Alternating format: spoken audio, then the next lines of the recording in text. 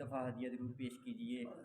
اللہم صلی علی سیدنا و مولانا محمد وعلی آلہ وعترتہ بعدد کل معلوم لک۔ آج کا ہمارا درس قرآن سورہ بقرہ کی آیت نمبر 130 سے شروع ہو رہا ہے۔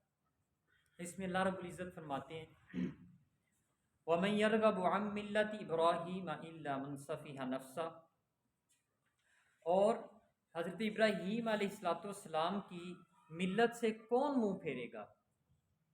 الا من سفیہ نفسہ، مگر وہ جس کا دل احمق ہوگا، جو بیوقوف ہوگا، وہ حضرت ابراہیم علیہ السلام کی ملت سے منہ موڑے گا۔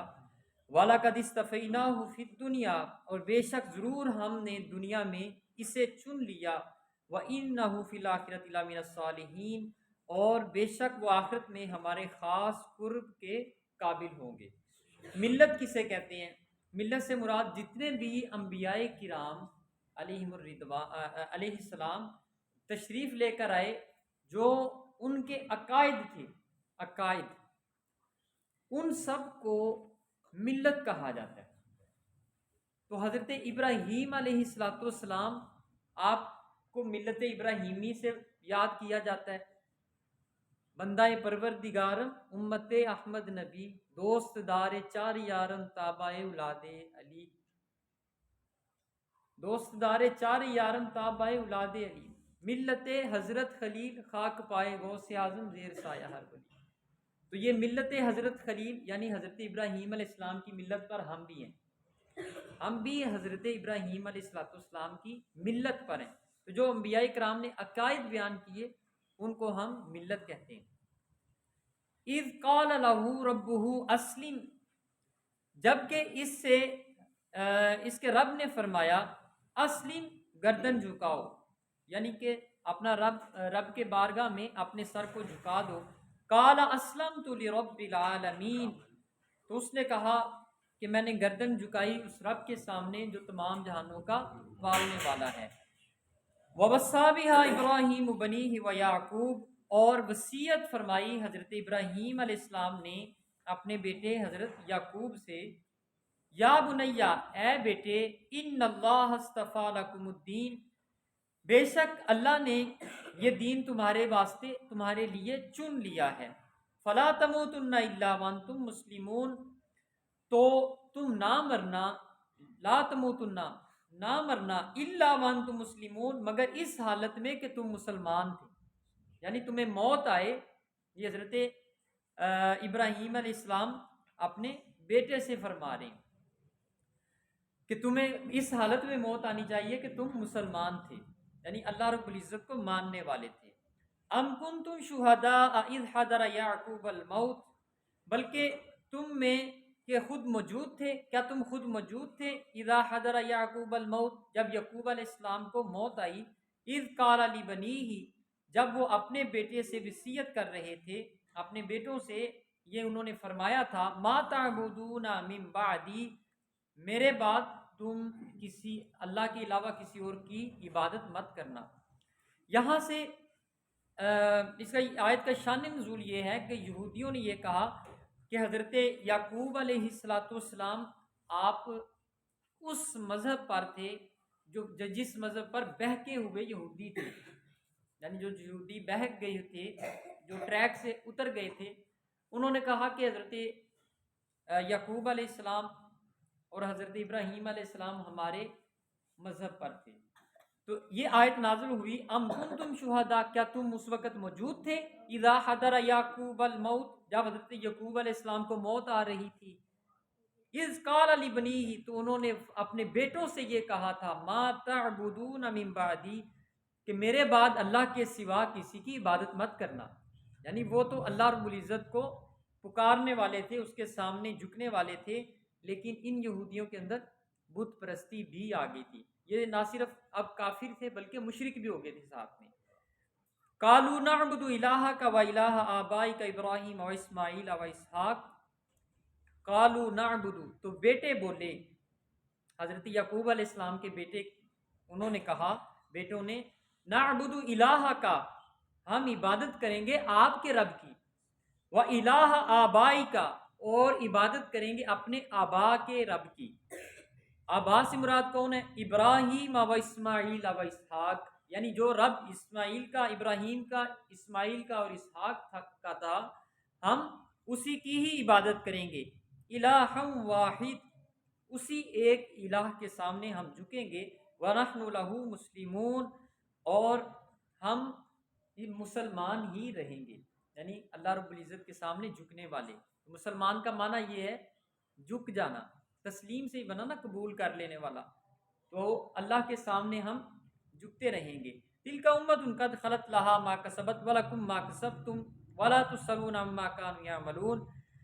یہ ایک امت ہے کہ گزر چکی، یعنی کہ پچھلی امت جو یہود کی تھی، اس کے متعلق فرمایا یہ امت جو گزر چکی ہے، لہا ما کسبت ولکم ما کسبتم، جو انہوں نے کیا وہ ان کے لیے ہے، جو تم کرو گے وہ تمہارے لیے ہے۔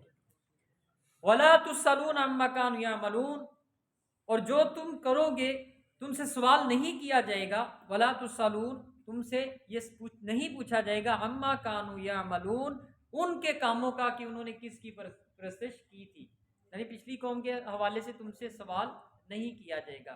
تو یہ حضور علیہ الصلوۃ والسلام کے لیے خطاب ہے کہ اگرچہ آپ کی تبلیغ کے باوجود بھی یہ نہیں سدھرتے یا راہ راست پہ نہیں آتے، تو آپ سے سوال نہیں کیا جائے گا، بلکہ ان کے اعمال کا بدلہ ان کو مل جائے گا۔ وَقَالُوا كُونُوا هُودًا أَوْ نَصَارَىٰ تَهْتَدُوا، اور اہل کتاب کہنے لگے کونو تھے یہودن یہودی، او نصارا نصرانی، تہتدو ہدایت پانے والے، یعنی یہودیوں نے کہا کہ جو یہودی ہیں یہ راہ ہدایت پر ہیں، اور نصرانیوں نے کہا جو نصرانی ہیں یہ راہ ہدایت پر ہیں، یہ ہدایت پانے والے ہیں۔ آگے فرمایا کل، اے حبیب صلی اللہ علیہ وآلہ وسلم آپ ان کو فرما دیجئے، بل ملت ابراہیم حنیفہ، ہدایت پر وہ ہے جو حضرت ابراہیم علیہ السلام کی ملت پر ہے۔ وما کان من المشرکین، اور وہ ہرگز مشرکین میں سے نہیں تھے۔ قولوا آمنا باللہ وما انزل الینا وما انزل الی ابراہیم و اسماعیل و اسحاق و یعقوب۔ قولوا، یوں کہو، مسلمانوں سے یہ اللہ رب العزت فرما رہا ہے کہ تم کہو آمنا باللہ، ایمان لائے ہم اللہ پر، وما انزل الینا، اور جو ہم پر نازل کیا اس نے حضور علیہ الصلوۃ والسلام کے ذریعے سے، ہم اس پر بھی ایمان لے کے آئے۔ وما انزل الی ابراہیم و اسماعیل و اسحاق، اور جو نازل کیا حضرت ابراہیم علیہ السلام پر، حضرت اسحاق پر، حضرت اسماعیل علیہ السلام پر، اس پر بھی ایمان لے کر آئے۔ و یعقوب، اور حضرت یعقوب علیہ السلام پر جو نازل ہوا اس پر بھی ایمان لے کر آئے۔ والاسباط وما اوتی موسیٰ وعیسیٰ وما اوتی النبیون من ربہم، اور جو عطا کیے گئے حضرت موسیٰ اور حضرت عیسیٰ کو، باقی انبیاء کو اپنے رب کی طرف سے جو کچھ بھی نازل ہوا ان پر، ہم اس پر ایمان لے کر آئے۔ تو یہ مسلمانوں کا عقیدہ ہے، یعنی کہ جو اس سے پہلے، قرآن سے پہلے جو کتابیں نازل ہوئی یا صحائف نازل ہوئے، صحیفے نازل ہوئے، ان پر ایمان لے کے آئے۔ تو میں نے درس کے ابتدائی دنوں میں بتایا تھا رسولوں کی تعداد، یعنی جن پر کتابیں نازل ہوئیں اور صحائف نازل ہوئے، تو کتنے ہیں وہ رسول؟ 313 رسول ہیں جن پر کتابیں یا صحیفے نازل ہوئے، ہم ان سب پر ایمان رکھتے ہیں۔ فَإِنْ آمَنُوا بِمِثْلِ مَا آمَنْتُمْ وَمَا أُوتِيَ النَّبِيُّونَ مِن رَبِّهِمْ، یعنی جو تمام نبیوں پر نازل ہوا، رسولوں کے علاوہ بھی جو باقی انبیاء کے پاس وحی کی صورت میں کچھ آیا، صحیفہ نہیں بھی تھا، تو جو کچھ بھی ان کے پاس تھا ہم اس پر ایمان رکھتے ہیں۔ لَا نُفَرِّقُ بَيْنَ أَحَدٍ مِّنْهُمْ، اور ہم اس ایمان رکھنے میں فرق نہیں کرتے۔ لا نفرق بینہم، کسی بھی نبی کے، رسول کے اوپر نازل ہونے والی کسی کتاب یا صحیفے یا وحی پر فرق نہیں رکھتے، بلکہ دل و جان سے اس کو مانتے ہیں۔ وَنَحْنُ لَهُ مُسْلِمُونَ، اور ہم اللہ کے حضور گردن جھکانے والے ہیں۔ فَإِنْ آمَنُوا بِمِثْلِ مَا آمَنْتُمْ بِهِ فَقَدِ اهْتَدَوْا، پھر اگر وہ یوں ہی ایمان لائے جیسا تم لائے، فَقَدِ اهْتَدُوا، تو وہ ہدایت پا جائیں گے۔ یعنی مسلمانوں سے اللہ رب العزت فرما رہا ہے کہ جس طرح تم ایمان لے کر آئے ہو، اگر یہ لوگ بھی اس طرح ایمان لے کر آ جائیں تو یہ ہدایت پا جائیں گے۔ وَإِن تَوَلَّوْا فَإِنَّمَا هُمْ فِي شِقَاقٍ، اور اگر منہ پھیرے تو پھر یہ ان کی ضد ہے، پھر یہ ضدی لوگ ہیں اگر اب بھی یہ منہ پھیرتے ہیں۔ فَسَيَكْفِيكَهُمُ اللَّهُ، تو حبیب صلی اللہ علیہ وسلم آپ کا رب آپ کے لیے کافی ہے، وَهُوَ السَّمِيعُ الْعَلِيمُ، اور وہ سننے والا ہے اور جاننے والا ہے۔ یہ حضرت عثمان رضی اللہ تعالیٰ عنہ آپ کو جب شہید کیا تو آپ قرآن مجید کی تلاوت کر رہے تھے۔ حضرت عثمان غنی رضی اللہ تعالیٰ عنہ کو شہید جب کیا گیا تو آپ تلاوت قرآن فرما رہے تھے، اور یہ فَسَيَكْفِيكَهُمُ اللَّهُ یہاں پہ آپ کا خون گرا تھا اس آیت کے اوپر، جب آپ کو شہید کیا خون نکلا آپ کے جسم سے، تو آپ کا خون مبارک جو ہے وہ قرآن کی اس آیت کے اوپر گرا تھا، فَسَيَكْفِيكَهُمُ اللَّهُ، کہ آپ کا رب آپ کے لیے کافی ہے۔ صبغۃ اللہ ومن احسن من اللہ صبغہ، ہم اللہ کے رنگ میں رنگے ہیں، صبغۃ اللہ، ہم اللہ کے رنگ میں رنگے ہیں، ومن احسن من اللہ صبغہ، اور اللہ کا رنگ سب رنگوں سے بہتر ہے، وَنَحْنُ لَهُ عَابِدُونَ، اور ہم اسی کی ہی عبادت کرنے والے ہیں۔ قُلْ أَتُحَاجُّونَنَا فِي اللَّهِ وَهُوَ رَبُّنَا وَرَبُّكُمْ، تو حبیب صلی اللہ علیہ وسلم کیا اللہ کے بارے میں جھگڑتے ہیں، حالانکہ وہ ہمارا بھی مالک ہے اور تمہارا بھی مالک ہے؟ یعنی یہ حکم دیا گیا حضور صلی اللہ علیہ وسلم کو کہ آپ ان سے فرماؤ کہ رب کے بارے میں جھگڑتے ہو جو ہمارا بھی رب ہے اور آپ کا بھی رب ہے، وَلَنَا أَعْمَالُنَا وَلَكُمْ أَعْمَالُكُمْ، اور ہمارے اعمال ہمارے ساتھ ہیں، وَلَكُمْ أَعْمَالُكُمْ، اور تمہارے اعمال تمہارے ساتھ ہیں، وَنَحْنُ لَهُ مُخْلِصُونَ، اور ہم اسی کے ہی مخلص ہیں، یعنی کہ اسی کے ساتھ ہی اخلاص رکھنے والے ہیں، اس کے علاوہ کسی اور کے کو ماننے والے عبادت کرنے والے نہیں ہیں۔ ام تقولون ان ابراہیم و اسماعیل و اسحاق و یعقوب، اور آپ یوں فرما دیں، ام تقولون، بلکہ تم یوں کہتے، ان ابراہیم، کہ بے شک ابراہیم علیہ السلام، و اسماعیل، اور اسماعیل علیہ السلام، و اسحاق و یعقوب، اور اسحاق اور یعقوب علیہ السلام، والاسباط، اور ان کے بیٹے، کانو تھے، یہودن یہودی، او نصارا، یا نصرانی، یعنی وہ یوں کہہ دیتے، پہلے انہوں نے حضرت یعقوب علیہ السلام کے متعلق فرمایا کہ یہ یہودی تھے، یا عیسائیوں نے کہا یہ نصرانی تھے، دونوں فرقے اپنا اپنا جو ہے وہ رابطہ یا اپنا تعلق حضرت ابراہیم علیہ السلام کے ساتھ جوڑتے تھے، حضرت اسحاق علیہ السلام کے ساتھ، اب یہاں پہ ان کے بیٹوں کے ساتھ جوڑنا شروع کر دیا، تو فرمایا قُلْ أَأَنْتُمْ أَعْلَمُ أَمِ اللَّهُ، تو اے حبیب صلی اللہ علیہ وسلم آپ ان سے فرما دیں کہ اللہ بہتر جانتا ہے، اللہ رب العزت بہتر جاننے والا ہے، کیا تم اس سے بہتر جانتے ہو؟ یعنی اللہ یہ کہہ رہا ہے کہ وہ اللہ کی عبادت کرنے والے تھے، وہ تمہاری طرح مشرک نہیں تھے، بٹکے ہوئے نہیں تھے، اللہ کے سامنے جھکنے والے تھے، مسلمان تھے، تو لہٰذا اللہ بہتر جانتا ہے، تم نہیں جانتے۔ وَمَنْ أَظْلَمُ مِمَّنْ كَتَمَ شَهَادَةً عِندَهُ مِنَ اللَّهِ، اور اس سے بڑھ کر کون ظالم ہے جس کے پاس اللہ کی طرف سے گواہی ہو اور وہ اسے چھپائے، یعنی جو یہود آیتوں کو چھپاتے تھے ان کے متعلق فرمایا کہ یہ لوگ ظالم ہیں جو اللہ رب العزت کی گواہیوں کو چھپاتے ہیں۔ وَمَا اللَّهُ بِغَافِلٍ عَمَّا تَعْمَلُونَ، اور ان کے لیے ان کی کمائی اور تمہارے لیے وَمَا اللَّهُ بِغَافِلٍ عَمَّا تَعْمَلُونَ، اور اللہ تمہارے اعمال سے غافل نہیں ہے، اللہ تمہارے اعمال کی خبر رکھنے والا ہے جو تم کرتے ہو۔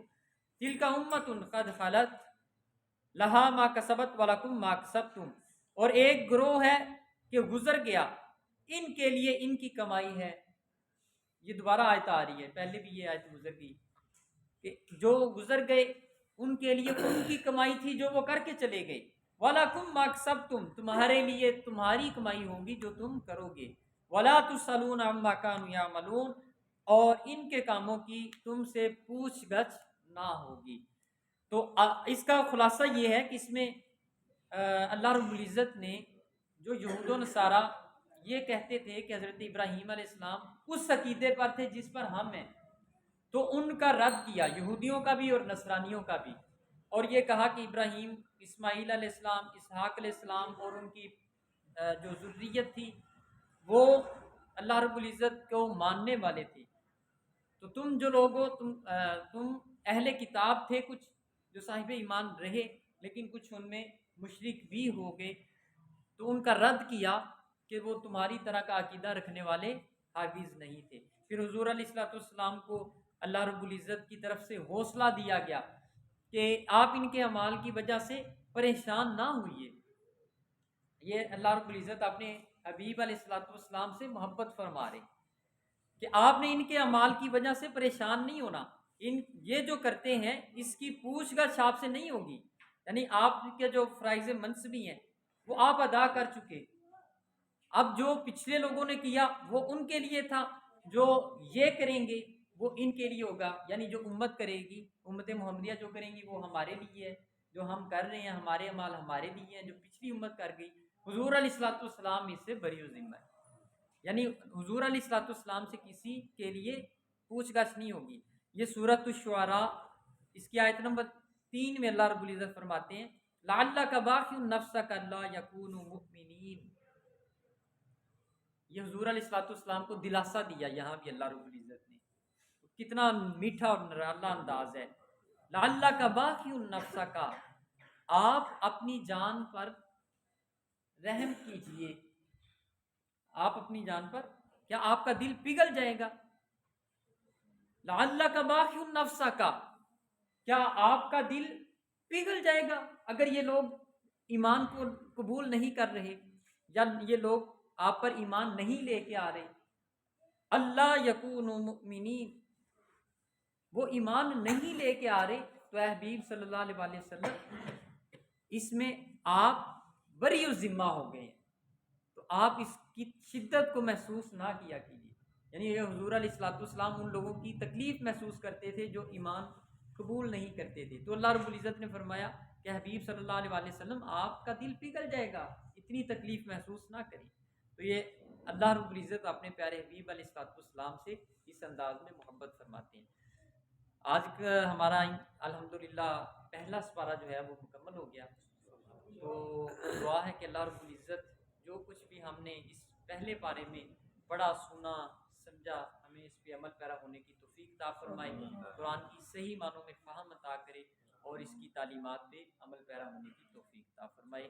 وما توفیق